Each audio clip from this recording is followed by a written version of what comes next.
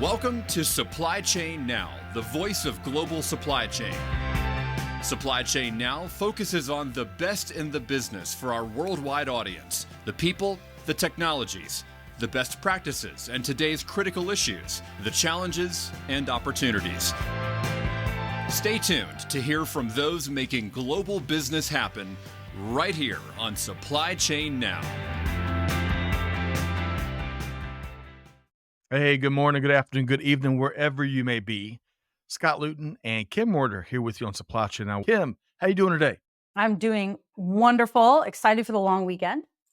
We are too. We are too. And, we got to get all of our work done so we can enjoy the long weekend. How's that sound? Yes, absolutely. So let's get this podcast done. We got a long list of good stuff here, starting with this really unique show here today. I think it's going to be really informative and intriguing as we dial in on a topic that we don't talk enough about, and that's the air freight industry, at least here at Supply Chain Now. My hunch is that plenty of folks out there in our global audience stand to learn more about this intriguing component of global supply chain too. Things such as, hey, what's the current state of air freight? What's changed since the pandemic? What does peak look like this year, and how should we prepare? And in general, what are some been there, done that expert tips on how to best optimize your organization's approach to using air freight? Stay tuned for a great show with a wonderful guest, including Kim. Your background and expertise is going to be really relevant and helpful here as well. Should be a great show, huh?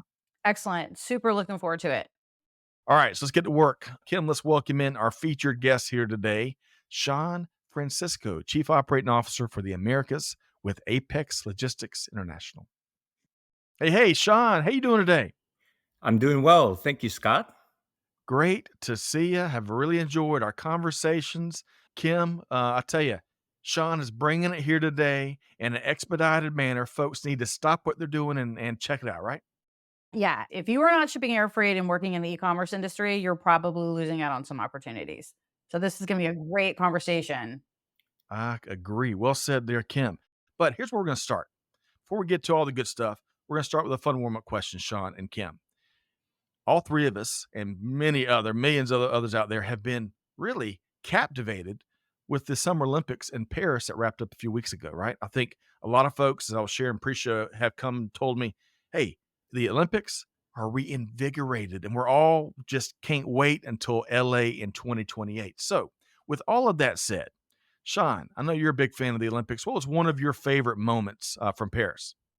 That's really not an easy question to answer, Scott, because for 2 weeks, the world brings together the best athletes. And, whether it's gymnastics or swimming or track and field, there are stories within a story. But probably if I had to choose one event, I was really engaged and proud of how the U.S. did in the men's and women's basketball to be able to continue its a long history of winning the gold. Wasn't easy, but they put on a fantastic show. They sure did. And their ceremonies for all the medal winners at the end of both of those tournaments, men's and women's, that was just heartwarming. And so thank you for taking one of mine. Kim, what was one of your favorite experiences from the Olympics? Gymnastics. I grew up as a little gymnast, not very good at gymnastics, but was shuttled off the gymnastics classes on a weekly basis for years. I've always loved watching that as a little girl. I loved watching gymnastics. So it was wonderful to see the U.S. team just slam it. Man, so no wonder you're such a supply chain pro. You were trained in the art of gymnastics and flexibility, all that good stuff. Love it. I would just add the U.S. women's 4x400 relay. That was like just inspirational. And one other thing that wasn't as widely, I don't think it's as widely known, is there was a French Paralympian that wore a exoskeleton, and it was the first time that a Paralympian had run with the torch in the lead up to the first day. And that was inspiring. So lots of good stuff from the Olympics for sure. All right. So Sean and Kim, we got to get to work. There's so much else we could talk about the Olympics, which by the way is a huge supply chain feat, but I'll save that for another show. I want to start here, Sean. You have got, you're a very humble person is what I've gathered from our previous conversations, but you've got an incredible journey, done a lot of things across industry. So let's start there. If you would tell us briefly about your background, Sean. Sure. So first, I've been very fortunate to be in the logistics industry for over 30 years. And if I'm being honest, when I left college, I didn't know much about supply chain or logistics. Mm. But I was able to get into this industry. And then I realized what a long history our industry has had. And over that period of time, I worked in almost every aspect of logistics, from messenger to operations, processing documents, lived in different cities. I was able to secure my customs brokerage license, work through the IATA, FIATA training programs, where, later on in my career, I was able to kind of settle in and focus on transportation and air cargo. And, that's also been an incredible journey as well. Yeah, man. What's those books that you used to publish back in the day that just gave you the highlights of all the English reads we had to make? What was that, Kim? Cliff notes. That was a Cliff Notes version of Sean's journey. And Kim, pulling just one thing out of that, what Sean shared, I could relate because my introduction probably was loading containers into Air Force planes, but way back in the day. But Kim, here or there that really resonated with you. It's interesting because I didn't go to college for supply chain either. I kind of fell into it. I graduated with a degree in international relations at a Bachelor of Arts degree. And a friend of the family knew a friend of the family. And Kim needed a job because she graduated from college. And I started out as a telex girl. This is because this is before we had cell phones. Uh, and we had to send telexes to the ships, and I started as a telex operator. I was a terrible typist then. I'm a terrible typist now. It never got better. But yeah, that was my job, and printing off all the telexes and making copies and giving them to all the people. Been there, done that for sure. Yeah. All right, we're gonna have a reminiscing show. We'll have to set up a sequel here. All right, so Kim and Sean, thank you both for sharing a little bit about your background, beginning, and then some. Sean, tell us. A lot of folks are familiar with Apex, but just in a nutshell, for context especially, tell us what the company does. Sure. So Apex is a leading global provider of essential supply chain solutions. We're founded in 2001, and over the next 20 years have accelerated to becoming a top 5 global air freight forwarder, ranked number 1 in China and over the Trans-Pacific. Our focus has always been on each individual customer. Our model is we deliver passion. And I'd like to describe Apex as an open source provider. And what I mean by that is, when we look at the logistics chain in support of supply chains, there are many steps in a process. We look at each step and identify how can we improve upon that step to ensure that our customers have the best possible service.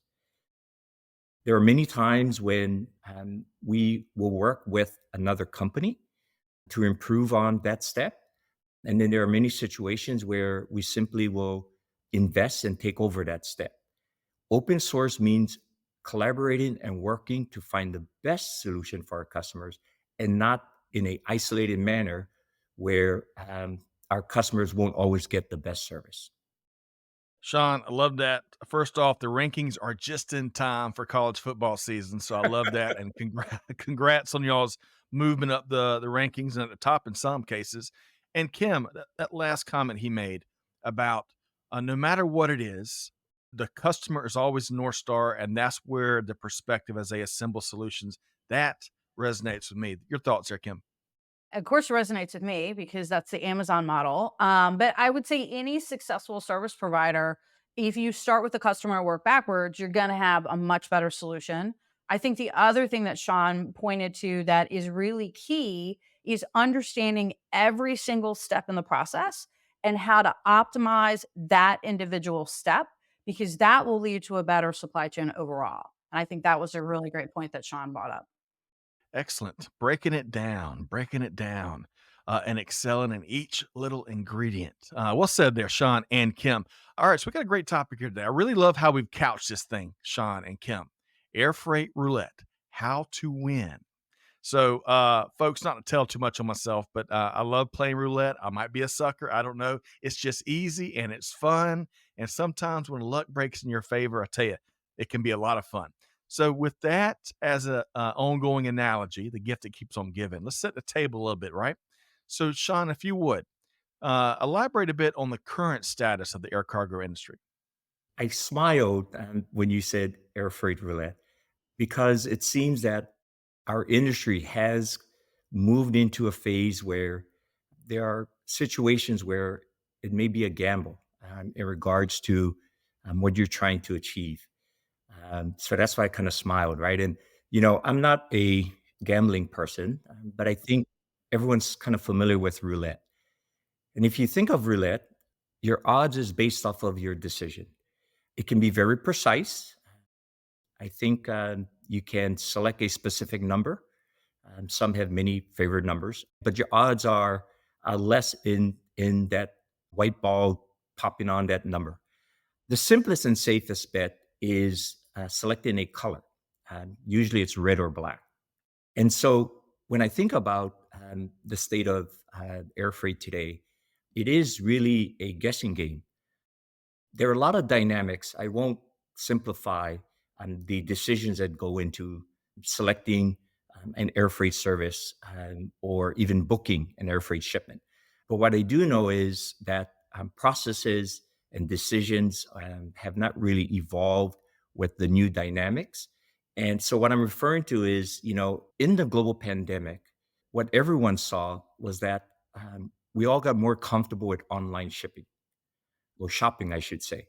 We got all more comfortable on having meetings through video conferencing.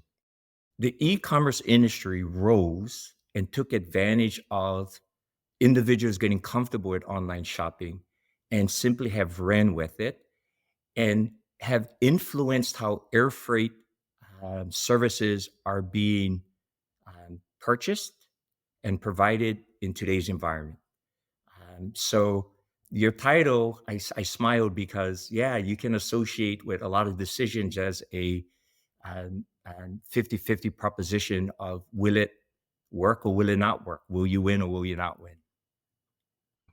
A calculated risk, an educated guess in some cases. Not all days are like others.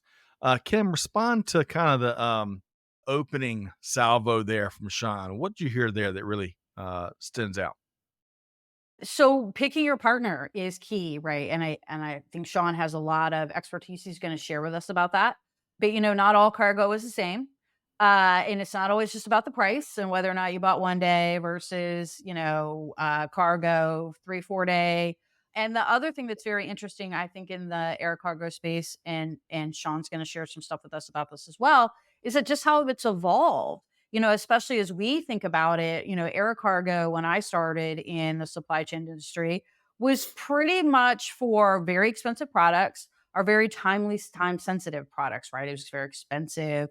Not a lot of people were doing air cargo on a regular basis. But as we've moved into direct to consumer and shipping directly from origin to the customer, we're seeing all kinds of different kinds of our air cargo solutions, right? With consolidation and direct injection into the postal networks and things like that. So air cargo really has changed. Kim, what a wonderful, perfect segue for this next question to Sean, because a lot of things have changed, not just in air freight and air cargo, but what other part of the world hasn't changed since the pandemic came along, right? So, to that end, Sean, what dynamics within the air freight industry have changed maybe the most post pandemic? Yeah. So most businesses have looked forward to and therefore have estimated that coming out of the global pandemic, that things would return to norm. However, I think no one really saw the emergence of e-commerce because of the boom of online shopping. And so, if you think about uh, pre-pandemic, that was up to the ending of 2019 because the global pandemic was declared in March of 2020. At that time, e-commerce was operating, but not to the levels we've seen. The global pandemic did a couple things, and one was elevate the importance of e-commerce, but also it elevated the importance of supply chain. Everyone knew who Amazon was, but people kind of really realized the ability to get their product from a factory in, say, Asia to a doorstep in, say, Atlanta within 3 days. That has created the new phenomenon, which really is the influence of e-commerce post-pandemic, and how they have changed the air freight industry. Because for a company, in this case, the e-commerce vertical, to be able to service their customers, and their ambition is every doorstep in the world, 3 days from factory to door, they need to position themselves with dedicated consistency in access to air freight capacity and services. And so when we looked at the ending of 2023, when they emerged after the global pandemic, China alone, they purchased nearly 50% of all air freight capacity operating in China. That's 6 billion kilos, Scott, 50%. So what we also learned was that wasn't enough, but that's all they had access to. So as we stepped into 2024, they moved early. They bought early and they bought big, and they secured not only more than 50% of the market air freight capacity, but then they expanded beyond North Asia, expanded more than just servicing China. And our rough estimates bring that they have secured over 65% of the market capacity at the start of 2024. So coming out of the pandemic, it's made it even more difficult for the industry, for many businesses to have an air freight strategy or plan, because the amount of available capacity has minimized a lot. All right, you've established a lot of those here. I'm going to keep beating up this analogy a good bit. But folks, stay tuned, because based on all those market conditions Sean just walked us through, we're going to touch on and ensure you know how to take a smarter approach so you can win more and not just take my strategy of betting on red 19 each and every time. So, Kim, those are some really big shifts. I didn't have a chance to do the conversion of 6 billion kilos to pounds, but let's just say that's a big number. Your thoughts there, Kim, before we move on? It's hard to have a strategy when the deck is kind of stacked against you almost every year. And in order to do that, because of what's happening with the market, with capacity being restricted almost artificially, you have to be aware of what's going on. You have to engage with the right partners. You have to have your relationships in place. It's not just about booking cargo anymore, especially with what's happening in the market. It's really about working with the right people. Well said, Kim. I love that. And Sean, I know that resonates with you because you've got a passion for people and relationships. That's one of the things I've learned in our due diligence prior to today. All right. So, Sean, for our fearless audience members out there, because we got the smartest audience in all of global supply chain right here at Supply Chain Now. So, folks out there that are either using air cargo a lot, they're seasoned pros, they've wrangled it, they've conquered the rodeo that presents itself each year, or they're newer and they've used it a little bit here and there, and they've got a lot to learn. There are all points in between. I think we're going to walk through 3 things that they should focus on. What's the first one, Sean?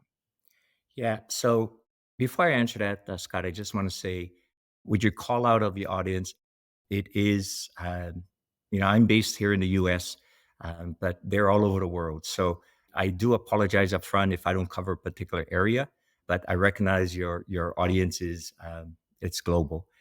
So, the first thing is, as you're going through your procurement process, I think the one thing you would like to do, especially what I just described of the state of the air cargo market, is try to work with a service provider or a few service providers that have a strong commitment in the industry. And, I can't really speak for everyone, but I'll use Apex Logistics as an example. Recognizing the emergence of e-commerce in 2022 and their growth in 2023, as well as their ambition moving forward, Apex continues to invest for its clients within the logistics industry. An example to that is today, as we are about to step into September, Apex operates over 60 freighter flights per week Huh. across the Trans-Pacific. The Trans-Pacific represents over 35% of all air freight moved around the world. So it is a big market. The US, North America, the Americas, they're a large consuming, importing market, and Asia is the world's largest factories right now.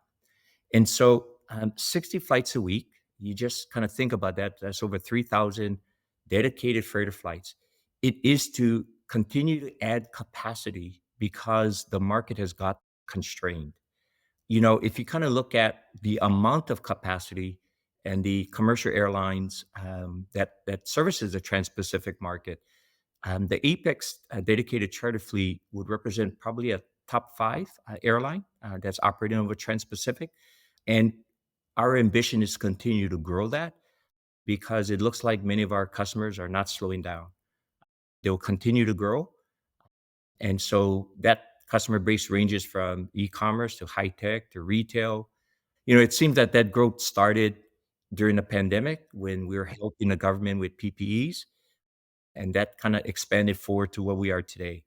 And Sean, with that growth comes change, right? Plenty of change. And as we were talking pre-show, I think in this first thing that folks got to keep front in mind, the criticality of change management, right? Anything you want to add there before I get Kim's comments? Yeah. So the challenge with change is it's never comfortable. There's always risk involved. But I think when you look at sort of how air freight has evolved, I think companies really have to consider how they're managing within their supply chain the air freight services that they have today. Change may be inevitable to be able to keep up with what's happening around them. That is right. Kim, change management, what growth brings, what complexity brings, what a global business brings, you name it. There's no shortage of sources that are driving change and challenges in our businesses. Your thoughts there? So, Sean's kind of touching on the fact that if you're in the air cargo space and you're still managing your air cargo the way you did it pre-pandemic, you're not optimizing your air cargo supply chain. You're not taking advantage of other providers out there. You may not be even working with the best providers because there's been so much shift in the market. So, in order to have a really good cargo strategy, you have to embrace the fact that you may not be doing it perfectly today. Well said. And there's so much power in that multimodal diversity and flexibility, all those gymnastics that Kim is so good at. There's so much power there. Can I just say one thing about the gymnastics? I think everything I learned there is I learned to fall down, um, and And get get back back up. up. I knew where you're going, Kim.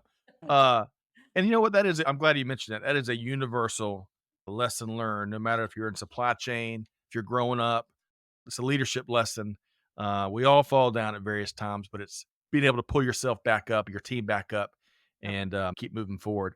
Okay, so that willingness to change, because the market already has, Mhm. but how is your organization handling it, right? That's a really important thing to keep your finger on the pulse of. What's number two? Because I think number two, Sean, you're going to give us some thoughts on what we should be looking for in a successful partnership with an air freight provider, right? Yes. So once you select your service provider or providers within your organization, how you can help your strategy be successful is really evolving to where you're able to manage your commitments as well as your booking.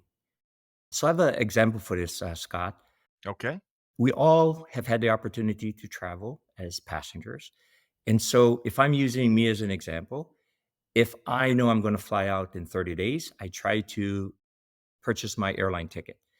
I try to do it early for a couple of reasons. One is to have the most flexibility in the flights that I want to fly on. I want to try to have the best price, and I always want to try to get the best seat. But if I'm not sure that I'm going to fly out in 30 days, I will wait. And so my decisions will reduce as I get closer to my actual departure time. And so air cargo is the same, right? Once a flight departs, the airlines or the forwarder have no opportunity to resell unused space. So as the time gets closer towards you needing your shipments to fly, those decisions get less and less. And I recognize that one or a business may not be able to determine when their shipment needs to fly, say 30 days from now. But that's where working with your service provider, ensuring that you have upfront capacity commitments. And again, that commitments is more secure when it's on a provider's own asset versus being shared with others on a commercial asset. And then try to keep to that commitment. And you don't have to do 100% of your needs. A lot of our customers will commit 30% to ensure that they have a baseline, they have a consistent flow into that capacity. There is not only consistency, but rhythm to how shipments are being picked up and then loaded and then flown across the world and then cleared and then delivered. So try to get into a cadence so that way the predictability is something that your service provider can manage versus the unknown. I like that. All right, so Kim, I love what Sean finished on in terms of the predictability, right? What can we commit to so there's enough predictability for our air freight provider to work with, right, and handle and perfect and improve. Your thoughts there, Kim? What Sean should? Yeah. So most importers out there are not going to commit 100% of their air cargo because air cargo is very volatile, right? So you're going to try to purchase as much as you can, but it's always a good idea to do 30 to 50% in a committed contract. That way you at least have half of your supply chain covered and then you can kind of ride out the rest of it. But I do agree with Sean that you do need to make some commitments to airlines in order to start getting those best services. Yes. Well said, Kim. Before I move to the third one, Sean, when you think of that selection process to finding the best fit for your organization, you think about the relationships and the processes involved and other dynamics. Anything else come to mind that you would offer up as advice to folks that are trying to figure out, okay, what's the best match here? There has been an evolution within our industry, especially when it comes to international transportation. And as I shared earlier, being in this industry for over 30 years, we've seen the evolution. I've seen the evolution. And, companies have become more and more advanced in how they manage their logistics supply chain. And they've divided their process between, say, procurement and operations. The best customers we work with, and when I say best, the best control over their supply chain, they've been able to bring both sides together. In the end, you may purchase probably the best deal available, but if your goods are not delivered to your customers, that's going to be a failure. So, working together will probably put you in the best position to yield the best results. Sean, well said. I just about moved to that third point. I'm glad we didn't because, Kim, we talk about silo busting all the time here for years, right? But I think as I'm doing a quick recollection through all those shows, I don't think we've ever applied silo busting, at least in the conversation I've been a part of, to the selection process, which is kind of what Sean was talking about there. Yes. Your thoughts, Kim? Yeah, the merchant buyers, the planners, supply chain, everybody needs to be working together. I still see out there in the market companies who have that siloed supply chain that just kind of operate over here and they report on like, here's our booking report for the week, but they're not involved in the sourcing conversations and the merchant picking conversation. And it's really important to bring those two things together, especially with air freight, because one, it costs a lot of money. So you can't really afford to screw it up. And two, it moves really fast. So if you do kind of make a mistake, it's going to compound pretty quickly. So the best supply chains I see out there today are really the merchants and the supply chain teams are working hand in hand. They're helping each other. They're not beating each other over the head every day with their, my report says this, your report says that. So that's a key piece I would take away from this. Well said, Kim. I love that. And it's like Sean wrapped his response on. Just because you get the best deal, if they can't make it happen, what is it even worth? It doesn't even matter. All right, Sean, let's see. There's one more, there's a third thing that we want to make sure folks keep front and center, and that deals with consequences, which my parents told me all about growing up. Consequences. Your thoughts here, Sean? Yeah. So there was an interesting thing as well during the global pandemic when airlines or passenger aircrafts sort of suspended all of their services and moving air freight became more difficult. Because Apex operated a lot of its own aircrafts, we recognized that a lot of companies who came to us, who we never worked with before, didn't have any restrictions or restraints of just getting onto our flights and using the capacity we had. And then fast forward, as businesses try to return back to normalcy, their decision making process also has returned where they've put up restraints, and that restraints could be lack of resources for a transition, or maybe lack of resources for integration or connectivity within systems. Because of that, maybe they're more reluctant to change. And yes, the current market is not a global pandemic. But as I explained earlier on how the buying of air freight capacity has changed, if companies don't remove certain restrictions and they don't change, they may find themselves back at the roulette table of choosing red or black and trying to make a decision, will it work or will it not? So I think they have to look at being more flexible. And the last thing is, the manufacturing industry is also evolving, right? Whether it's through political decisions, whether it's through conflicts around the world, a lot of manufacturing is migrating to different countries. And that migration is emerging in India, Mexico, Southeast Asia. And so not every provider is equal in every location. And so they have to really think of not only how to prepare themselves for the last part of this year, but really what does 2025 and 26 will look like? The one question we get is, how long do we think the impact of the e-commerce industry will be? And no one really knows, right? But we know that their ambition is to continue to grow. And we see that expansion beyond mature markets such as the US and the EU. They're going to every market that they can, and they're trying to establish themselves as the number one reliable source of receiving your product. Kim, I want to go way back to near the beginning of his response because he made an interesting comment here. I really appreciate kind of how he approached very diplomatically some of the consequences out there. Your thoughts, there, Kim?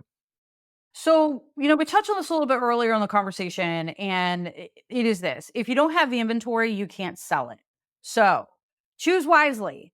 Is always my big, my big piece of advice to people. But I preach that, especially with supply chain, because people don't talk about supply chain, especially in customer experience and retail and e-commerce. Like, we just don't talk about supply chain. But the fact is if I can't get it on a plane or a ship or however, or a truck and get it to you, it doesn't really matter. And I'm talking about the inventory to the warehouse. I'm talking about the shipment to the customer. And especially as we move more and more into direct shipping from origin, we're going to see more of that. I think the other really interesting thing that Sean touched on is that we are seeing major shifts in manufacturing origins. That's driven by the tariffs that we have in place right now. We're expecting there to be some additional shifts in the US for political reasons here in the future. And so we're seeing more shift to Southeast Asia, more shift to Latin America. Well, not everyone carries cargo out of those places and can do it well. You will see a lot of air cargo carriers chasing that market now. But again, back to what Sean's been talking to us about the whole time, it's about picking the right partner who will honor their commitments. Well said. Well said. And going to your response, there's been some early winners in these big shifts, right? India is growing their manufacturing base. Vietnam, Mexico's rocking and rolling. That's an excellent call out there because the shifts aren't done. Mexico imports up 30% into the United States. All right. So clients want more visibility in their air freight as it travels through its logistical process. They do. We want visibility everywhere, don't we, Sean? Yeah, that's correct. And as I said earlier about how we approach our industry and our customers, we've continued to invest to bring visibility internationally from factory to door. I know we won't get too much into it, but I would agree with that. That is very important today. And it's not just the major leagues, it's, let's just say, on your final mile, just being able to see your product once it arrives, where it's at. And with technology today, with geo mapping and online services and GPS tracking, that's all available today. But it's just getting with the right provider, your provider, to ensure that they have that as part of your transportation service, because it shouldn't be a bolt on, it should be part of your overall service. Well said. An approach with Excel spreadsheets, faxes, phones, and emails will only take you so far and only provide a certain amount of visibility. There are so many better options these days, thankfully, as both of y'all were kind of speaking to way back in the beginning where your careers had started. Okay, I hate to ask a dumb question, but I'm going to ask it anyway.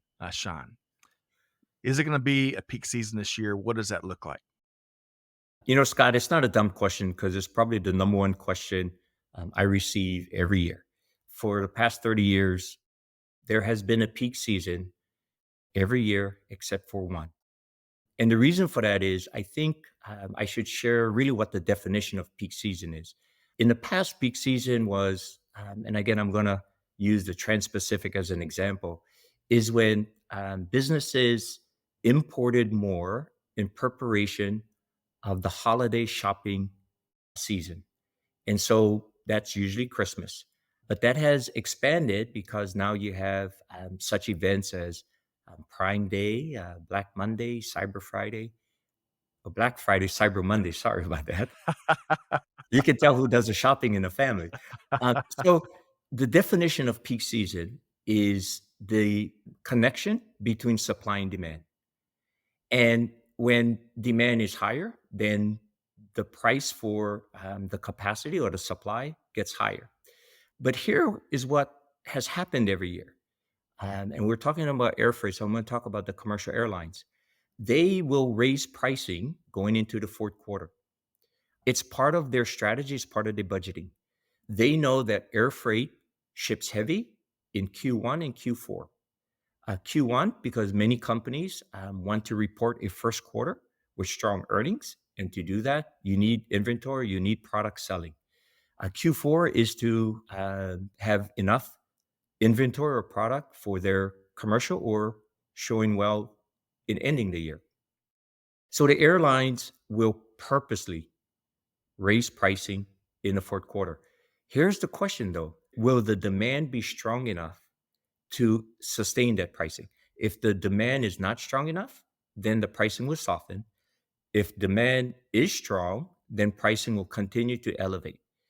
So I've seen years where peak season was 4 weeks or 6 weeks because when the pricing rose, the demand wasn't there to sustain it. And so the airlines remove their peak season, but they do so in offering spot market pricing at a lower rate than their market pricing. But here's what people should realize, or at least the audience, I should say, is air freight pricing today is already at an elevated level. So because the year started off with the e-commerce purchasing a lot of capacity, the available capacity came at a higher rate. So starting off at a higher watermark would tell you that the peak season pricing this year will be much stronger than it was last year. All right. So, Kim, he shared a lot there. I think that's good insights for folks out there. He started with talking about the smearing that goes on out there. I think you and I have talked about that on the buzz before. And then, of course, he talked about that Q1, Q4, some of the yearly norms, and then some. What'd you hear there, Kim, that you think folks got to take to the bank? Yeah, there's always going to be a peak season. It's not always in October and November. It's not always associated with Christmas. We're also seeing more and more spring peaks. People getting ready for outdoor sporting equipment, pools, and that peak comes in January, February. The market has been muddied. We've blurred the lines, right? It used to be that we shop for Christmas gifts at Christmas. Now we're shopping for Christmas at Labor Day. And we have all these new sales events, all the different Prime days. It used to just be in October. Now there's one in June or July to get ready for college.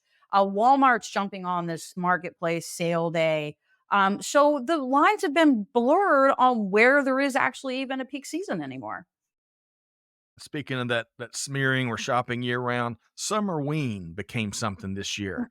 I mean, where retailers were sticking with because demand was there, where folks were buying Halloween stuff as early as April, which blows my mind, Kim and Sean. But hey, as Sean pointed out, and Kim, as you and I have talked about just I don't know a million times, demand. It is the alpha and omega of global supply chain. Don't forget this year is also a political year. That creates uncertainty. We've already seen businesses start to import product early because they are anticipating the possibility, as Kim said earlier, that tariffs may rise. So bringing in inventory early is driving a lot more demand as well. Good point. Good point. I think we're all ready to get past the election already here in the States, at least. All right. So let's see. I got one more thing. And this has kind of been a theme throughout today's conversation. But I want to spike the football on this one more time because I think it helps bring this perspective and make it more actionable, right? Raise your hand if you heard this. But we've always done it this way. Of course, that sounds familiar to all of us, right? We've all heard it at various times, maybe numerous times in our career. And while there's been a ton of change in the global business environment that Kim and Sean both, all of us are talking about, some companies, though, have chosen to stick with the long held procurement and supply chain strategies or approaches. I'll call them to be nice, old fashioned, maybe a bit more static than maybe they should be. Sean, though, and I don't want to overgeneralize either, but Sean, if you would speak to what you're seeing out there, including touched on the risk that certainly is inherent to one of my favorite words, clinging to how we've always done things. The success of businesses is usually tied to their ability to service their customers. When I think of the air freight market, not much change has to take place. Like I think, as you're describing it, it's not like you have to restructure your whole organization based off of what's happening in air cargo. But what I also think is philosophies or fundamental processes can be tweaked to try to calibrate with the dynamic that we're seeing here today. And so, getting back towards the e-commerce influence, and as I mentioned earlier, um, when they procured in 2023 over 50% of the air freight capacity in China, and they wanted to expand, that expansion went through the largest commercial cargo airlines in North Asia to South Asia. So again, think of the United States for capacity to South Asia for air freight. There's very little coming direct from South Asia, if any. And the reason for that is many of these countries, take Vietnam, because you mentioned Vietnam, Scott, they don't have direct flights into the US. They service Europe very well, they service Inter-Asia very well, but they don't really have direct flights into the US, so they don't have cargo flights. So most of the air freight cargo out of Southeast Asia, with the exception of Singapore that has cargo airlines or aircrafts, is being serviced by the North and the Middle East carriers. So just think of Emirates, Etihad, Qatar. And so the e-commerce companies, after they secured over 65% of capacity from the north, they then started negotiating with Southeast Asia. So when we talk about doing things the same, there are things that is embedded in organizations so they're successful, but strategies have to evolve, have to change. And we've seen more and more new customers sort of break away from sort of legacy setups to try to be more open source, if I can use how I describe Apex, so they can take advantage of newer solutions, newer models that comes at not only a greater value, but at a better price than what maybe legacy processes and services is offering. Well said, Sean. Kim, also always being right. What was one of your favorite elements of what Sean shared there in terms of the danger of keeping doing things like we've always done them? Yeah, so if you aren't evolving, you're dying. I mean, that is the end. That's just basic science and physics, and that's how we all, that's how life works. And it's especially relevant in corporations. and in supply chain. How we move cargo today is drastically different than how we moved cargo in the 1950s, in the 1960s, even into the 90s. Our supply chains are massively different than how we moved cargo before, especially with the introduction of e-commerce and, more importantly, the direct to consumer piece of this. That has really changed supply chains and especially has impacted air cargo because now people actually know that there's air cargo. It's not just FedEx, DHL, and UPS. They know that there's actual, consolidation points. People are ordering prescriptions from overseas that are being shipped by air cargo now. I personally get my prescription glasses now from China, and they are air cargo to me. They have a lovely little tracker. I can see when it's on the plane and everything. So you have to change. If you are a supply chain professional today, and I don't care if you've been in the industry for 50 years, probably if you're in it for 50 years, you're a little bit, you definitely have to make some moves. Or with 5 months, successful supply chains are constantly evolving, constantly. Well said, Kim. And it just makes me think some of your commentary there. Wonder when we're seeing the next Malcolm McLean that really changes the entire game. It's around the corner. Game's already changing to Sean and Kim and Bob's and many others' comments here. All right. As much as I hate to, we got to start to wrap. Let's do this. We got a couple resources from Sean and the team we want to share with folks, including one that if you're a fellow aviation buff, you're going to love. But Sean, how can folks track you down, you and the team on the move, for any conversations, to talk shop, to compare thoughts, maybe even do business with you? How can folks connect with you?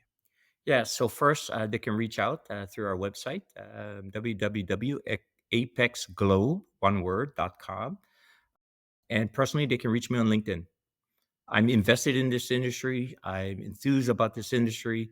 And whether it's just a simple chat, they can reach me there. Love that, Sean. And we're going to drop the link, so you're one click away, folks, from connecting with Sean's team.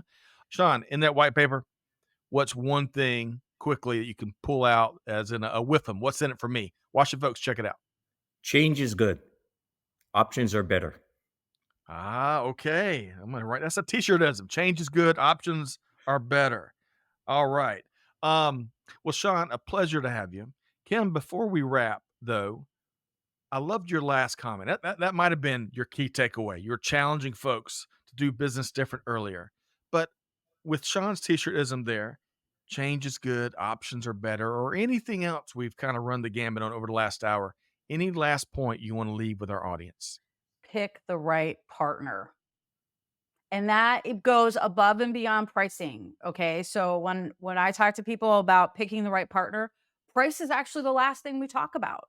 Mm. What kind of tech do they have? How do they support you? Do they have access to the capacity? Do they care about you? Are you going to be a tiny little customer or a great big customer? Where do you fit in their ranking? Their culture. How does their culture complement your corporate culture? That is way more important than people give access or give importance to. So I think the thing that I heard from Sean today is the most important thing in air cargo is making sure that you have the right partner. Yes, well said. And I would just add, piggyback one little thing. Are they open to change? Because we Mhm. know change is going to always be there. And it's a tough, when you try to collaborate with folks that are very resistant to change, especially in this industry, bad things can happen.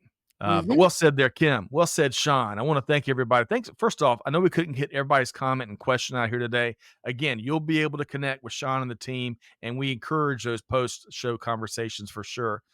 They always bring lots of new eureka moments. I want to big thanks to one of the coolest guys around. I tell you, cool as a cucumber. Sean Francisco, Chief Operating Officer for the Americas with Apex Logistics International. Sean, thank you so much for being here. Scott, Kim, thank you very much as well. I really enjoyed myself. I did Yay. too. We're gonna have to do it again. And Kim Reuter, as I knew, your expertise and background was a great fit for this conversation here today. Thank Thanks for you. being here, Kim. Love being here. Thank you for the opportunity. With all of that said, what a great conversation here. Hopefully, you've enjoyed it as much as I have. Make sure you reach out to Sean and the team. Check out those resources. Make sure you follow or connect with Kim also across social, especially on LinkedIn. But one thing that we got to challenge you to do that is take action. Take one thing that Sean or Kim touched on here today, put it in action. Your teams are ready to change how business is done, but it takes deeds, not words. So with all that in mind, on behalf of the entire Supply Chain Now team, Scott Luton challenging you, do good, give forward, be the change that's needed. And we'll see you next time right back here at Supply Chain Now. Thanks, everybody. Thanks for being a part of our Supply Chain Now community. Check out all of our programming at supplychainnow.com and make sure you subscribe to Supply Chain Now anywhere you listen to podcasts. And follow us on Facebook, LinkedIn, Twitter, and Instagram. See you next time on Supply Chain Now.